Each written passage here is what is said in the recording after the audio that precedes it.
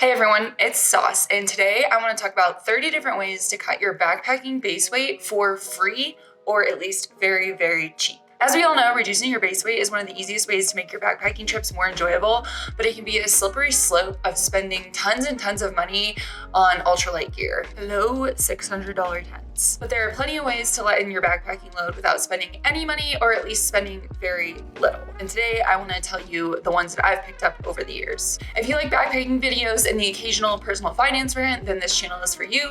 Be sure to check out my other videos and don't forget to subscribe. These 30 different ways that I'm going to go over to make your backpacking base weight lighter for free or for cheap is going to be broken up into 4 different categories. First, ditching things you don't need. Second, utilizing multi-purpose items. Third, limiting the quantity of things that you're bringing. And 4, paying attention to your kitchen and food weight. I also want to give a shout out to all the people who responded on Instagram to my question box and helped me with these tips. If I used yours, I'm going to be putting credit on the screen. Also, I don't even personally do all of these things, but I've seen them all done in the wild, and so I think they're worth bringing up, and you can take the spaghetti that sticks on the wall for you and leave the spaghetti that doesn't, if you know what I mean.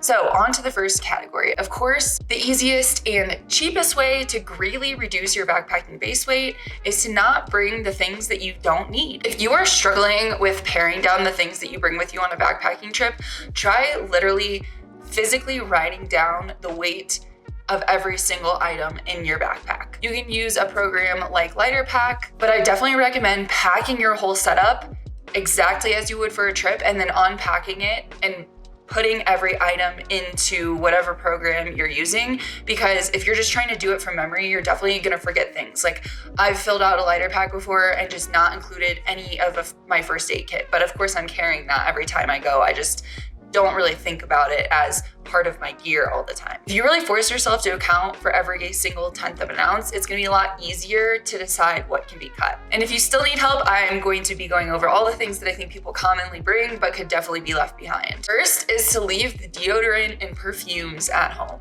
Learn to embrace the stink. You really don't need as many personal hygiene items as you might think, especially if that item's only real purpose is to make you smell better. You're gonna stink no matter what, and you're gonna be out in the open air. It's really hard to smell other people unless you're hiking like right behind them, and even then, they probably stink too. It's really not a big deal. Leave the deodorant at home. And if you're doing like a weekend backpacking trip where you're really tempted to bring it, maybe just put it in the car so you can use it right after, maybe before you go out to get lunch or something once you're done, but you really don't need it in your backpack. Second, this is one that I feel like is made fun of a lot, but I feel like it's still worth saying, and that is that you really do not need a camp chair. A foam pad, or really even your ground sheet, is your best multi-purpose friend. There are also lots of very nice rocks and logs all over the woods waiting to be made into comfy chairs. Third is to ditch the backpacking pillow. My fiance actually would not agree with me here. He swears by his backpacking pillow, but I really just do not think they're necessary. I've actually started to convert him into my method, which is basically to pack my puffy into my clothes bag. Some people recommend using your buff because that's a little bit softer. I think either way, a puffy is going to be a very comfortable pillow. You could also do whatever mid-layer you're not sleeping in, whatever extra clothes you have lying around, but I like using a puffy just because it's the softest and fluffiest thing. Try it at least just one night, and trust me, I don't think you will be going back. Fourth, ditch the stuff sacks. And if you must use a bag, plastic bags work perfectly fine. I know I just said I use my clothes bag for a pillow, but that's about the only stuff sack I still carry. And honestly, I'm getting to the point where I might be ready to ditch that as well. You really don't need bags to separate your things. As long as you have a pack liner to protect your gear from the rain, you really don't need individual stuff sacks for everything. It just ends up being extra weight. So if you really need a bag, like you have a lot of little things like a first aid kit, again, a Ziploc or some sort of plastic bag is going to work perfectly fine. And it does not need to be single use. I've used a single Ziploc bag for an entire through hike and it held up perfectly fine. The next one is to ditch your wallet. Just like you do not need bags inside of your bag, you do not need to put cards inside of a wallet. I know that this might seem risky, but as long as you have like literally a rubber band or even again a plastic baggie to hold those cards together, you really don't need that extra weight, especially of like a leather wallet. You really only need like 1 to 2 cards while you're hiking, maybe your credit card, a debit card, an ID, and then maybe some cash. And that can all be held together by like a rubber band or again in a Ziploc baggie. Small DCF wallets are also an option, but again, this is about doing it for cheap or for free. Just don't bring your big leather trifold into the backcountry with you. It's totally unnecessary. I'm gonna use this opportunity to also say to think critically about your keys as well. If you're doing like a weekend backpacking trip, you really don't need the whole key ring. I think this is pretty obvious, but you can just take off your car key, put the whole key ring in your car, lock your car, and keep your key with you in a very secure place. This 6th one is like for the very ultralight among us, or as sort of a last ditch effort. I don't know how much overall impact it's gonna make, but it does make little small impacts, and those things do add up. So I'm gonna say it anyway. Ditch extra straps, tags, and size of gear, and I'll explain what I mean by that. Some backpacks come with extra compartments, straps, pockets, etc. that you might not actually ever use or need. For example, a lot of the Osprey backpacks have this brain that has like a little day pack in it. Some people will use that, some people never touch it. So if you're never using that, just take that off. It's really easy to remove, and it's a couple extra ounces you're gonna save on your hike. If you have compression straps all over your bag that just don't really feel like they're doing anything, or you're never using them, go ahead and cut them off. If you want to really go super far, you can cut the tags off of everything. I, again, don't feel like this is going to be a significant amount of weight, but again, all the little things do eventually add up.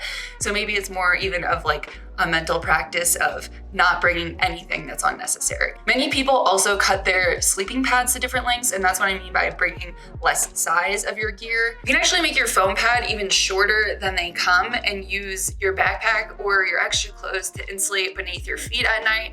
I've done this before by cutting 2 folds worth off of a foam sleeping pad, and again, it's another easy way to just quickly save weight. Some people even do this with blow-up pads. There are videos about how you can reseal it like with an iron, but just keep in mind that this does void your warranty. So I would probably personally just go with buying the shorter version in that case. 7, and this is one I really want to emphasize, ditch the extra clothes. A mistake that I see a lot of new backpackers make is bringing way too many clothes, like different items to hike in. They want to bring town clothes, and honestly, you really just don't need that. You only need 1 outfit to hike in, 1 outfit to sleep in, preferably base layers. Some people even omit this, but I would personally only do that in a climate where that's safe, meaning that it's not going to get super cold at night. If you're somewhere like the high Rockies, you want dry base layers to sleep in, otherwise it can get really cold. So I would recommend a separate pair of clothes to sleep in.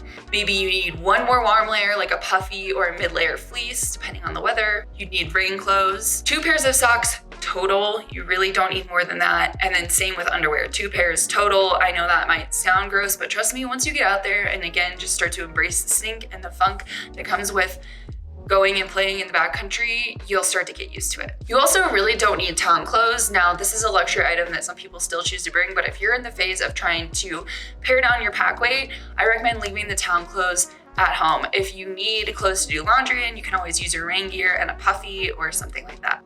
Next is to ditch the camp shoes, or at the very least, please don't carry Crocs. You literally don't need camp shoes. If you're at camp at night, you can always just kind of slip on your trail runners while they're loosened up after they've been taken off your feet. But if you absolutely must have them, do something lighter than Crocs, which are also super bulky. Somebody on Instagram recommended the Daiso sandals, and I personally have always used the Giaru shower shoes off of Amazon, and a lot of those shower shoes that you can find, you can also even cut those down. Like they might have really thick parts that go over your feet, and you could cut a lot of that off and save even more weight. Next is to not carry books. I honestly can't even believe I have to say this, but I have encountered it far too many times, and physical books are so heavy. Just download the audiobook version. Use the Libby app if you've been reading the physical book at home and you don't want to pay for the audiobook. But doing that or like an e-reader version is so much lighter when you're backpacking. Next is to ditch batteries or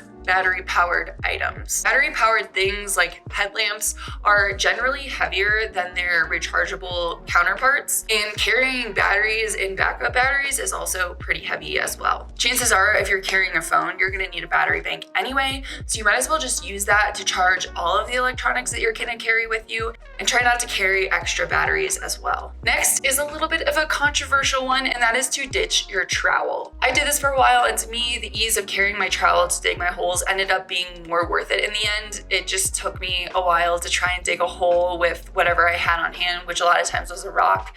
And in order to dig an adequate hole, I felt like it was taking way too long, but I have had people say that they have success using their trekking poles. Also, if you're carrying an ice axe for some other reason, that can be a great tool to dig a cat hole. Just make sure, of course, that you're always still digging within LNT compliance, so at least 8 inches deep.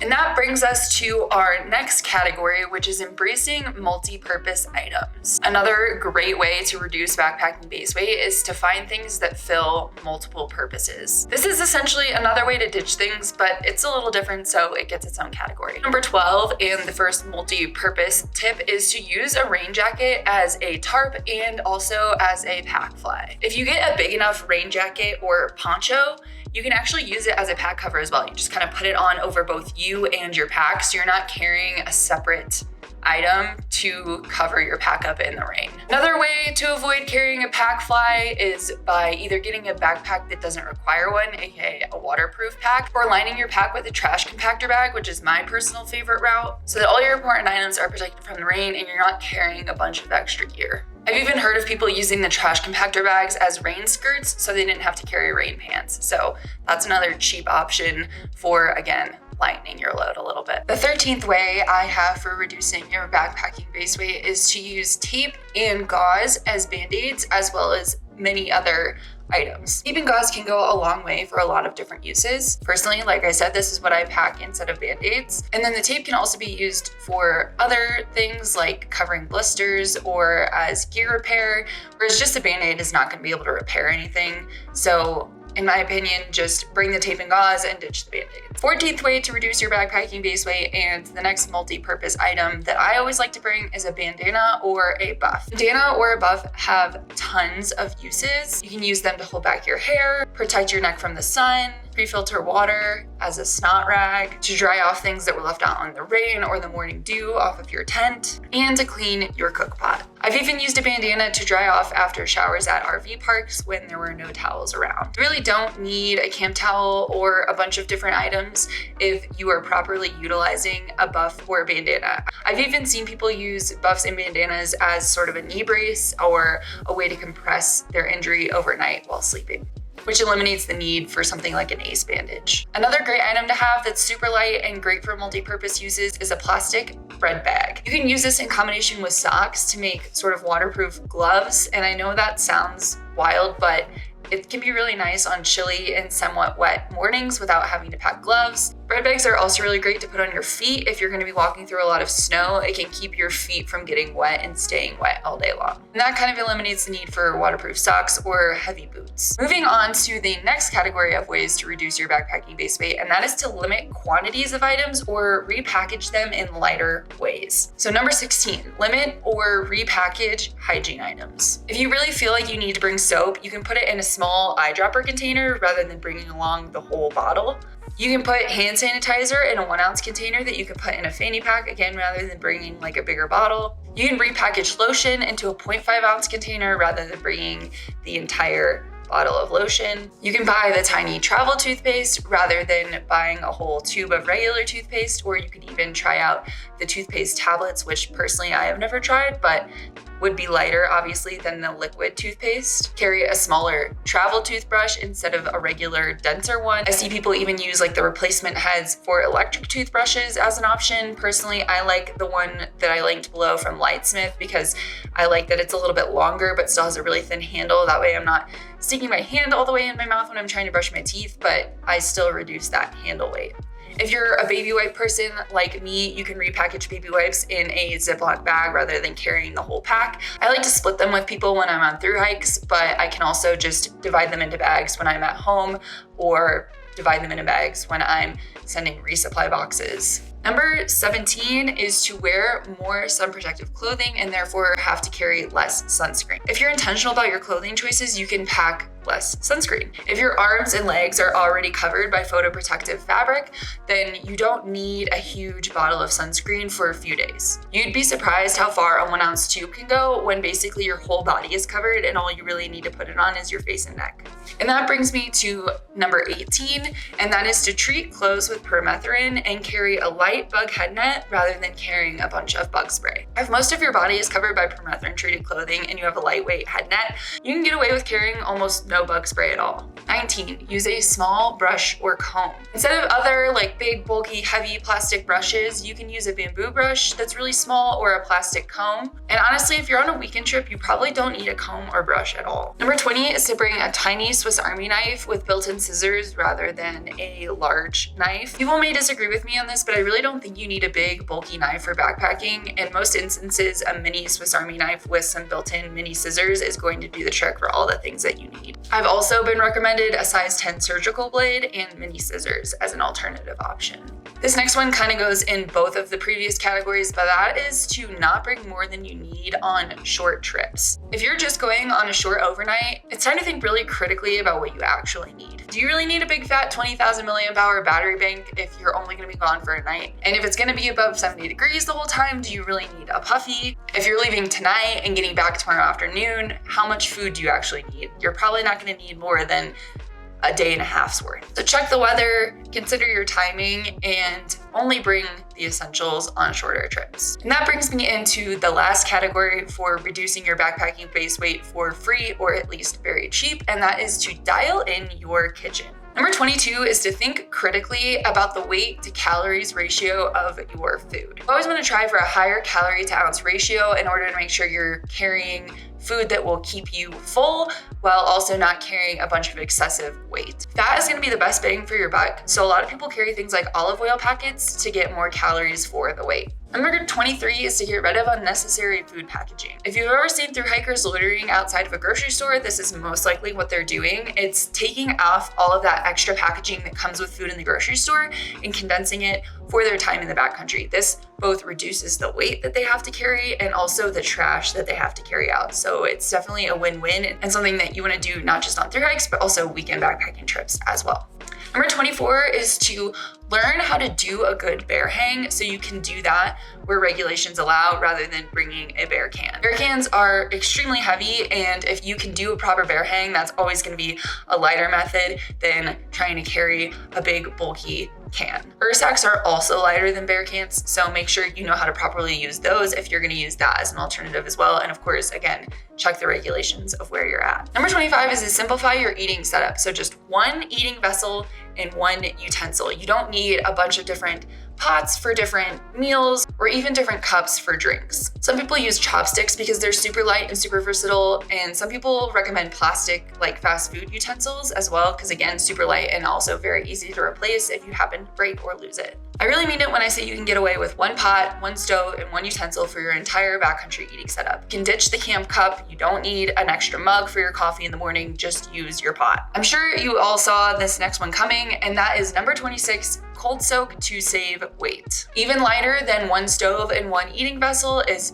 one super light eating vessel and no stove. If you don't already know, many hikers use a cleaned out Talenti gelato container as their cold soaking vessel. It's a super light way to consume calories while backpacking. If you're not quite ready to commit to cold soaking, I know that I'm not really there yet. One way to still lighten your kitchen setup is to lighten up whatever stove setup you do have. So one way you can do that is to use the lighter fuel can. So instead of buying the bigger fuel can, use the smaller one. You could also use an alcohol stove if it's allowed in the area that you're backpacking. Out west, this is a little touchy because it's really hard to put out an alcohol fire once it's started, but out east, I know these are very popular. You can also use a lighter stove like the BRS stove that's been very popular in the ultralight community. I can't personally recommend that one because the time I did try it, it broke. Josh's also broke. Mine, the threading wouldn't seal with the can, so in order to put out the flame, I had to like unscrew it while it was lit. The little tongs actually melted as he was cooking, but I think it kind of just depends which stove you end up getting when you order it. It's kind of a gamble. Some people seem to get really high quality ones that last them for multiple thru hikes. That just wasn't the case with us. Another thing you can do is if you're like me and you have the Soto Windmaster, it comes with a 4-flex pot support, but you can actually change that to the Triflex pot support, which saves you a little under an ounce, I believe. And the Triflex is also super cheap. Number 28 is something that I think almost all thru hikers do, but not all backpackers do, and that is use smart water bottles for your drinking container. It's way lighter than something like a Nalgene or even like a metal, aluminum kind of water bottle that maybe you use in everyday life, but doesn't make as much sense for backpacking. And that said, you can absolutely use smart water bottles as reusable water bottles. I'm not advocating for single-use plastic here. I'm advocating for buy one time and use it for years if you want. If you're worried about microplastics, check out if your backpacking filter filters out microplastics. I know that mine does, so that gave me a little extra peace of mind with using those smart water bottles for miles and miles and miles. Number 29 is also water related, and that is to carry water treatment, especially for shorter trips. I feel like this is a good option. I've been talking a lot about aqua tabs in recent videos, although this one is not sponsored, and especially for shorter trips, carrying a water treatment option can be a lighter alternative to carrying a water filter. A lot of people also use Aquamira, and if you've got the time, you could even sit and boil your water if you're feeling like it. Number 30, and the final way to reduce your backpacking weight